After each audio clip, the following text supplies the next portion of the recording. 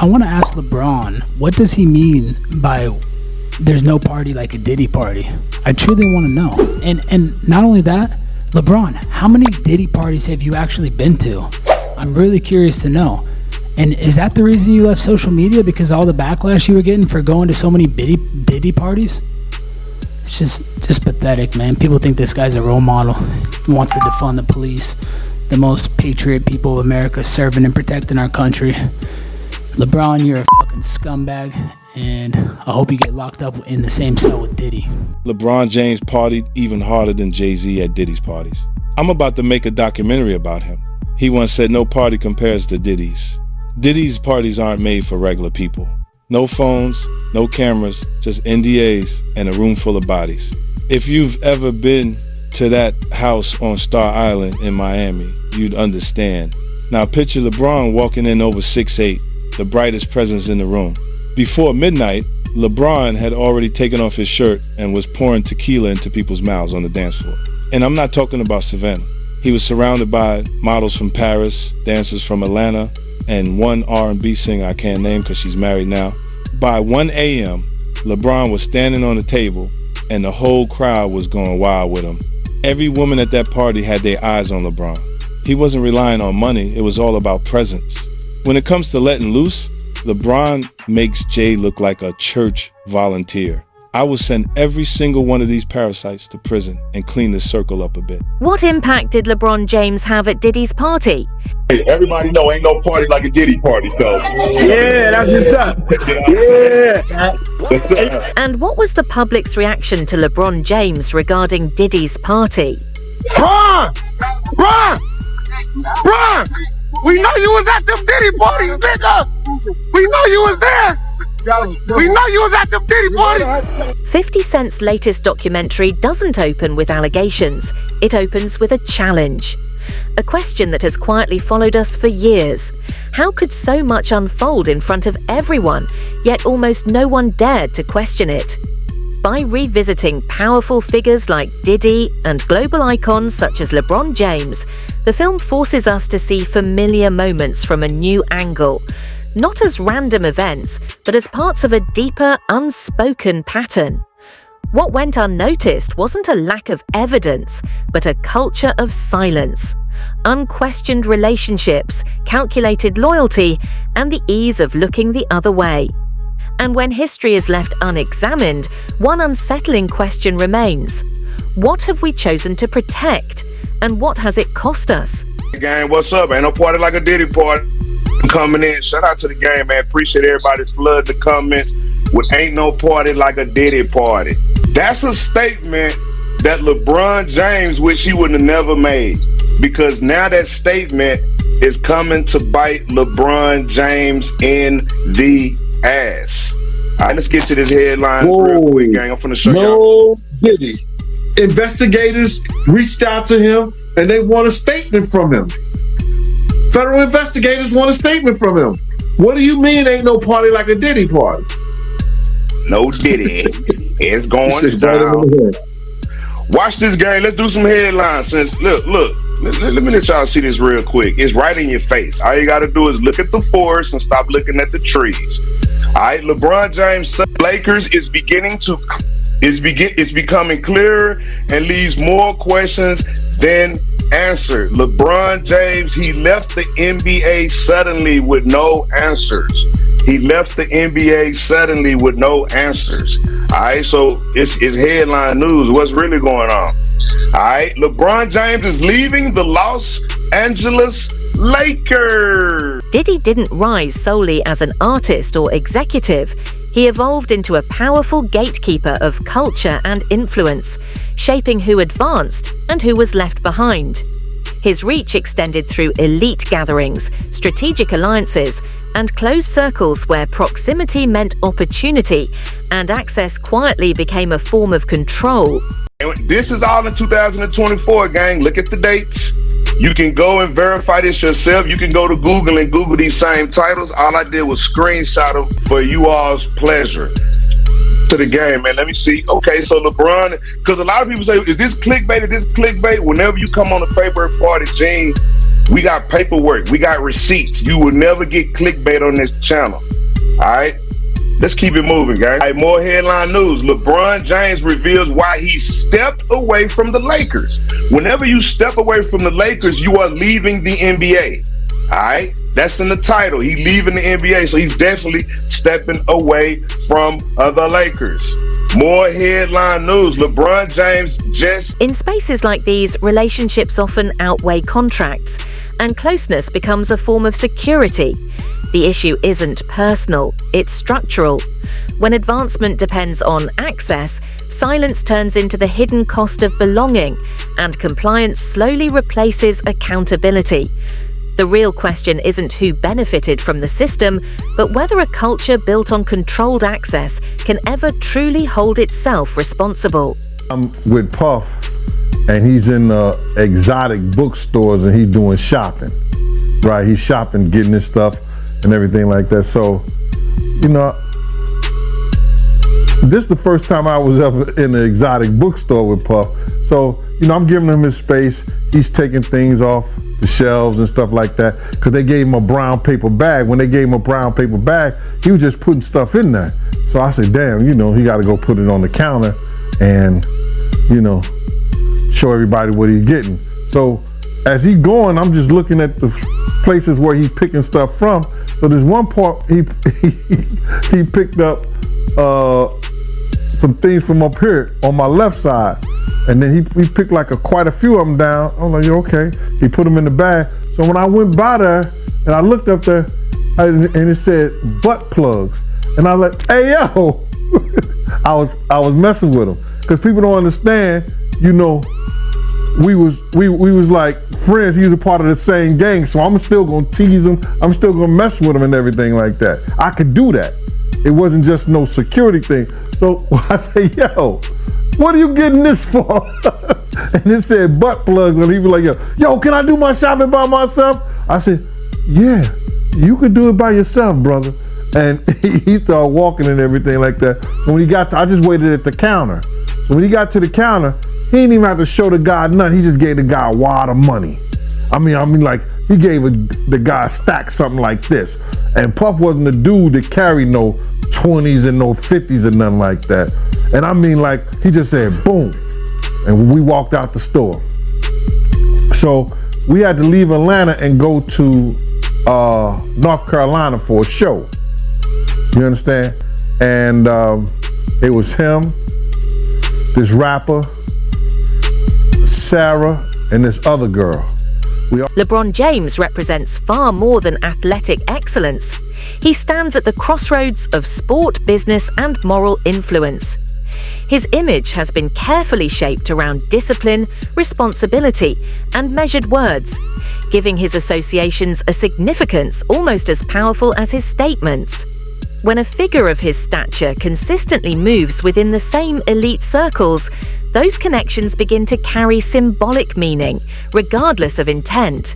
This is not about accusation, it's about the gravity of reputation, where influence naturally attracts scrutiny, even in the absence of direct claims. And when leadership is defined by values, an unavoidable question emerges. At what point does silence itself start to shape the narrative? Let's see, not only is he leaving, gang, LeBron sold his mansion for $39 million. All right, now he leaving social media, he leaving the NBA. Now he just sold his 39. Now I'm gonna tell y'all something too. A lot of people may not know this, but LeBron James bulldozed it in order to get another one. So he is getting another mansion, but he sold his mansion. Remember, I have a bachelor's degree in real estate. Right? Whenever you start settling out of real estate, whenever you start leaving your obligations like playing for the NBA, and whenever you leave social media, reason.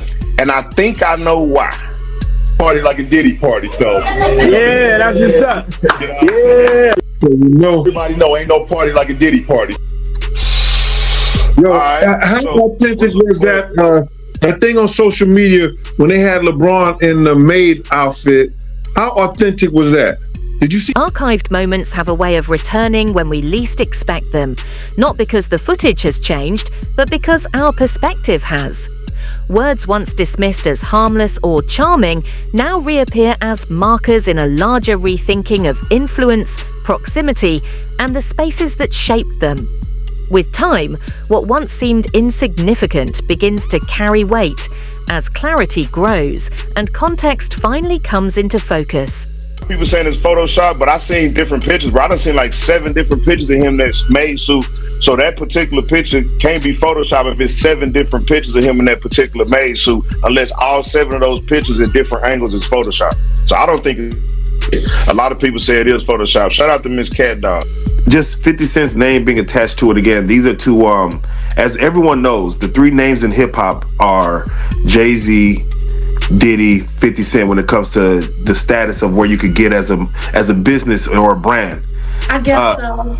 So for the top 3 individuals, for one to go at the other and release this doc, I don't know, what does that say to again, I keep asking about the hip hop state of things. What does that say to hip hop? Like, yeah, man. But you know, when guys come on here, man, and they want to come and try to ruin your show and say that shit to some is clickbait, the more and more we try to teach them, the dumber they make us look, bro. But you know what? That make them look dumb because watch this. I got 3 college degrees, bro. You know what I'm talking about? I own a lot of look, bro, my thing is this, bro. I don't have to be doing this shit, just like you don't have to be. You see what I'm saying? But a lot of people depend on this information, and a lot of people love hearing what Paperwork Party and Gene got to say. So for the thousands of people that like hearing we got to say, that's cool. For the 20 people, they need to get the fuck up out of here because it ain't no clickbait over here. Right, it's all good, man. You know what I'm saying? But let's just concentrate on the people who are we our own downfall? I guess I don't know. Well, I mean, I don't know. It all depends on what you consider hip hop. Like, I don't consider any of this debauchery, any of this animalistic crap. I don't consider any of this hip hop. I grew up in hip hop. You know, The documentary doesn't claim that words alone are evidence, but it shows how recorded moments expose the ease and confidence people felt in spaces that would later face scrutiny. The focus isn't legal, it's cultural, revealing how language can signal belonging long before anyone begins to question it.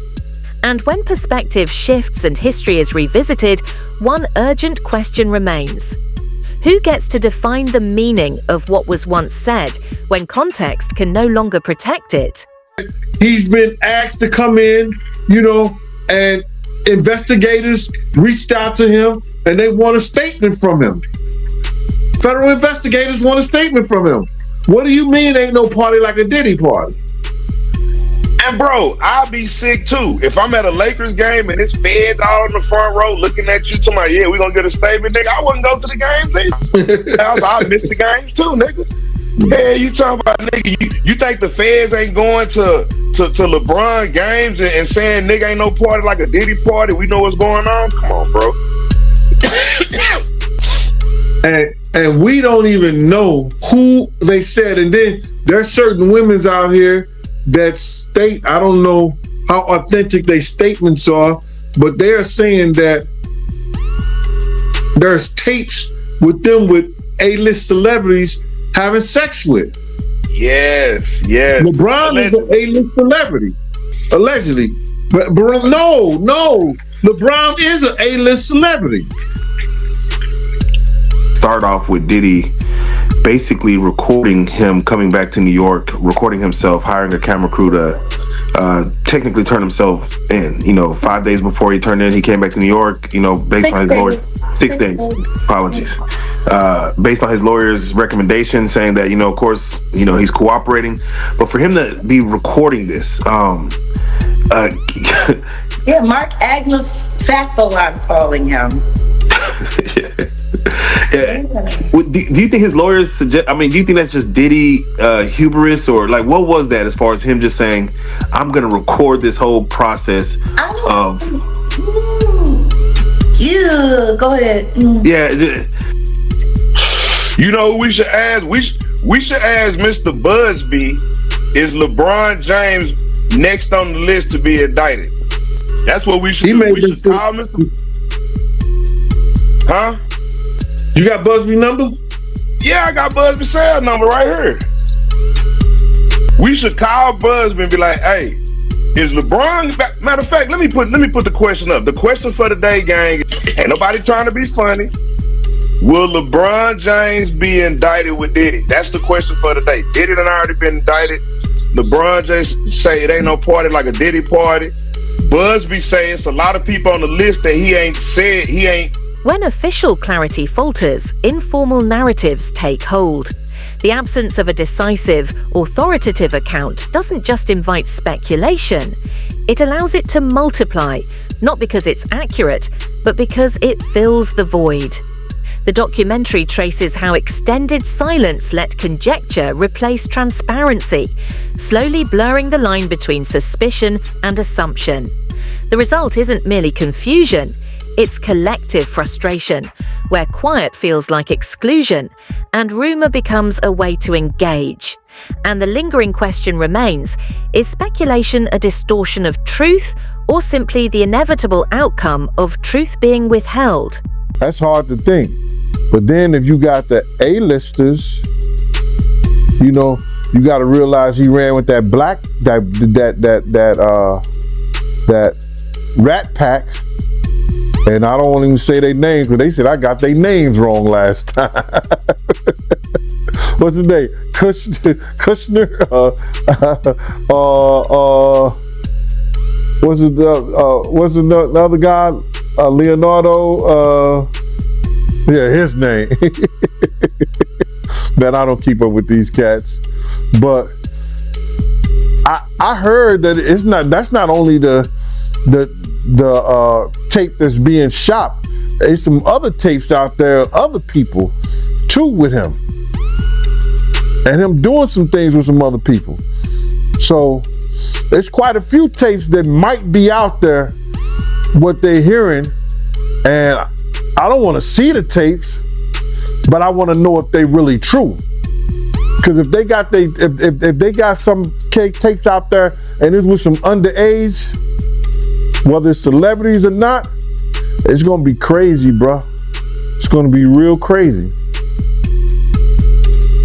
And they're gonna have to bring that to forefront because the prosecutor's gonna want those tapes. And they're gonna do whatever they have to do legally to get those tapes. No ifs, ands, and buts about it. So we just better hope for his sake, that's just a bunch of bull crap. But then there's lawyers out there saying, yeah, the tape does exist. Lawyers got on television to say the tapes exist. I don't really know or trust that, because they was trying to say he had a tape with one of the bodyguards and this lady that came out. So power in entertainment rarely stays confined. It flows across music, sports, fashion, and media, moving through tightly interwoven networks of influence. When leaders from different spheres gather socially, their combined presence can create a kind of shield from scrutiny, not through deliberate plotting, but through sheer familiarity. The documentary frames this not as secret scheming, but as convergence, an elite ecosystem quietly regulating itself through shared access and mutual recognition. The result isn't coordinated defense, it's systemic protection, where overlap becomes its own armor. And when influence intersects frequently, one pressing question arises: does accountability naturally erode when power is too broadly shared? Cassie doing, that's his doing, and his learned behavior from the people that mentored him. You gotta realize, man, he learned from Andre Harrell. He learned from Russell Simmons. He learned from Clyde Davis. You understand? When those people are telling you that they were heavy into the drugs, they was heavy into beating women and doing things at that age, at that crazy stage, that's gonna make him think that he could get away with the same thing that they was getting away with back then. You understand? The things that he was saying, you know, the touchy-feely between two men and all that stuff like that, man. All that, he learned that from them dudes. When I told y'all the story, when me and my man went up to Russell Simmons and he had a house and he had a man in bikini drawers in his bedroom, in his bed. You understand? Bruh, this is that he learned. I'm assuming he learned it from them. Let me put that. And I'm not gonna say alleged because I saw that for my own self. My man was with me, Slick was with me, and we saw that for our own self. You understand what I'm saying? So these are behaviors and things that with drugs and all the stuff that's going on, pills, drinking, it can make this man into a monster, and that's what it did, bruh. It made him into a monster, bruh. I personally feel like he got a lot of the things that he did from his mentor, and then he probably did it to the 10th power. You understand? Russell Simmons admitted that he was a drug abuser. You understand? Russell Simmons admitted that he used to put his hands on women. So it's a learned behavior, bruh. Some of that stuff may be in him through his childhood. Through his childhood, he may have some of that things in him, but a lot of things that he was doing was a learned behavior, bro. You just don't just turn it in a matter of years the way he was doing people, man. You understand? Check this. The idea that private moments may have been widely recorded carries a weight beyond mere shock. It's about control. History shows that those who hold the records often hold power, whether or not they ever act on it. Even the mere possibility that such material exists can shape behavior, enforcing restraint through uncertainty alone. This dynamic transforms influence. The threat of exposure becomes leverage, and silence can feel safer than defiance. The consequences run deep, raising ethical and legal questions about autonomy, coercion, and unspoken fear.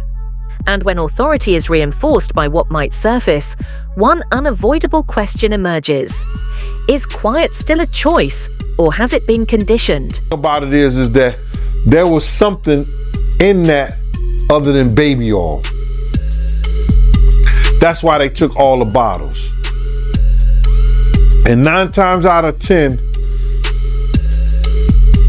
if I would give it a wild guess, it was, and like some of the people told me, it was probably that GHB. What's that? I think it's gamma hydrox.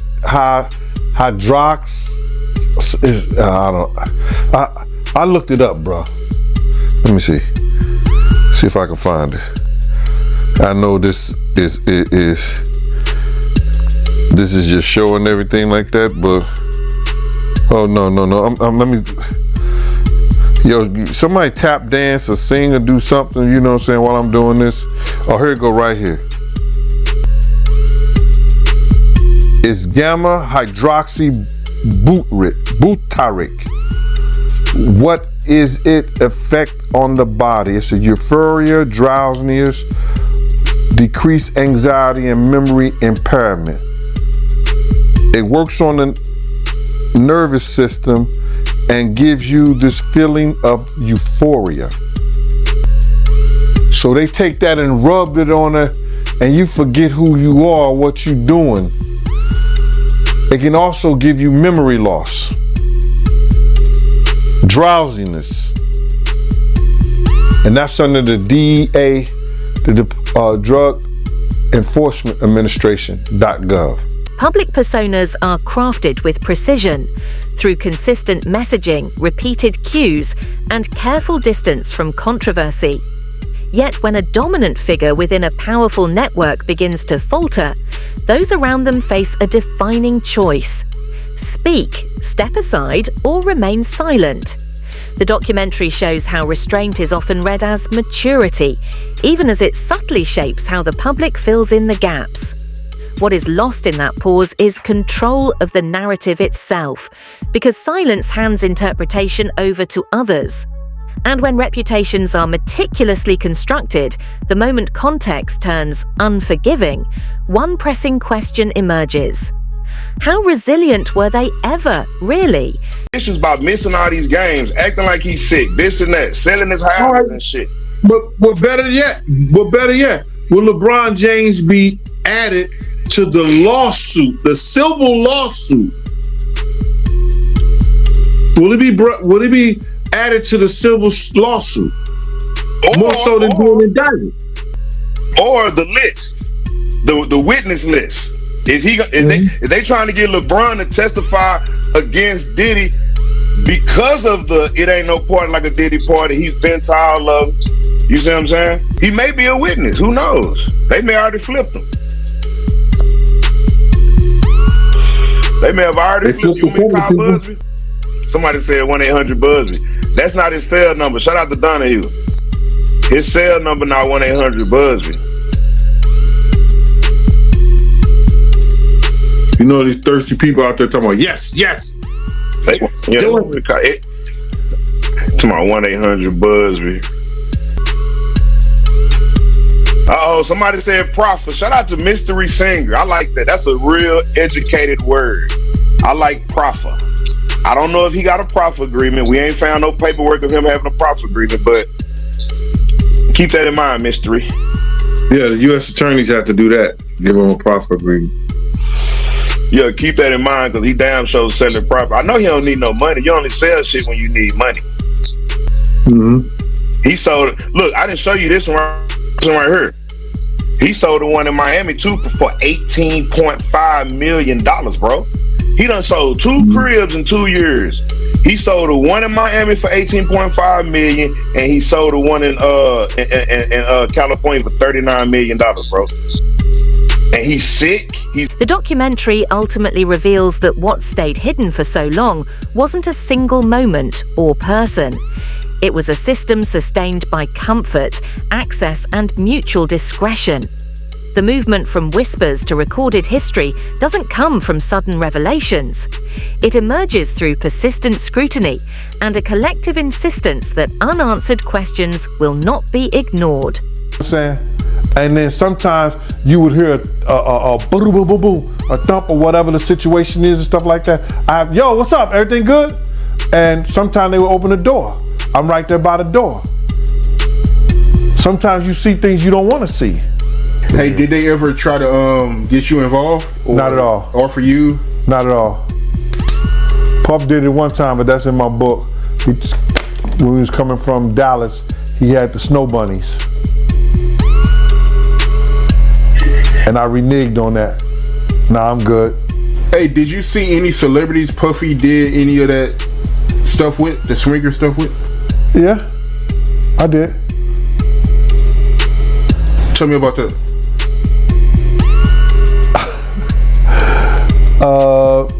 I think I told you about that. One time, him and somebody, him, Sarah, and this young girl flew from Atlanta. And they, and flying from Atlanta, we had this artist with us, right? And we were staying in the presidential suite at the hotel. And this particular artist and Puff, they told me, don't let nobody come in the room. So I said, all right, cool. So I propped my chair by the room door while they went in. So this artist's cousin knocked on the door. So I went to him and I let him in because I knew him, I see his face and everything. I seen his face several times before. He said, yo, I gotta speak to my cousin. And I said to him, I said, well, they busy right now, man, and they told me don't let nobody come in the room. He said, yo, I'm going in the room to get my cousin out. And I said, bruh, you ain't going in the room, get your cousin out. They told me nobody could go in the room. So he said, I don't care who you are, what you doing like that. I'm going to get my cousin. He went to go and try to open the room. I grabbed his ass, joked him up, and slammed him on the piano. And the next thing you know, Puff and this artist run out the room naked. And so then I said, I see the artist trying to grab a towel. Puff didn't give a shit. And the artist like, yo, what's wrong? What's going on? What's going on? He like, yo, G, that's my cousin. And I was like, yo, my man, he was trying to get in the room, and y'all told me don't let nobody else come in, let nobody come in this room. Jesus Christ gonna have to come take the Puff. No, Jesus gonna have to take the air out my body if anybody coming in that room. And Puff just looked at the artist, and the artist said, you ain't what? The tension is intentionally left unresolved because accountability at the highest levels rarely arrives neatly or on schedule. In spaces where understanding is shared but rarely voiced, responsibility becomes diffuse and delay feels natural. When awareness exists without acknowledgement, the burden doesn't disappear. It lingers, waiting for someone courageous enough to call it by name.